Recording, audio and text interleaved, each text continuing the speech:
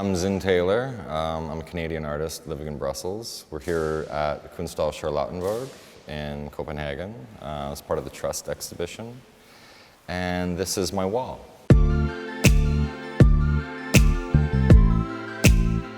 One of the references for this work is a series that I've done for several years called The Story of Stripes and Dots.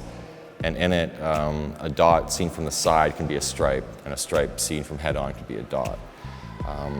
And so within that relationship, this entire 30-meter length could be seen as the thoughts of a dot as it traverses along a surface.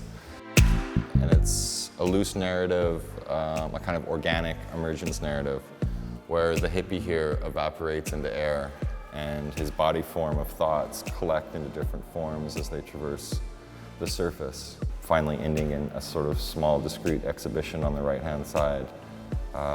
Several drawings of which are in reference to elements at GL STRAND and the installation that I have there.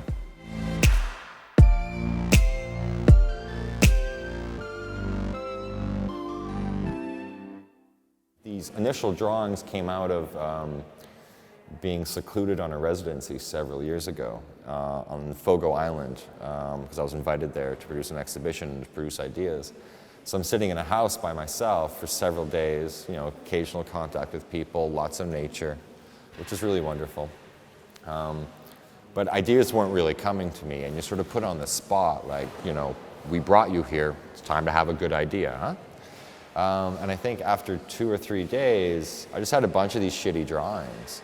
One of them was this reclining hippie with 3 dead dreadlocks, this Henry Moore-like leg and this big dick hanging out. As I figured, that's great. Like, that's what I have after 3 days of thinking. But then on the other hand, as soon as that sort of came out of my mouth, because I do talk to myself, that was sort of it as well, is that shape, that form, that thing, the look of that thing was symbolic or representational of that time of just thinking, of thought. It was a way of recording thought. And a period of thought as well. I figured, okay, well, that's what that void looks like. It takes on the form of a reclining naked hippie. And thoughts exist within that. So then,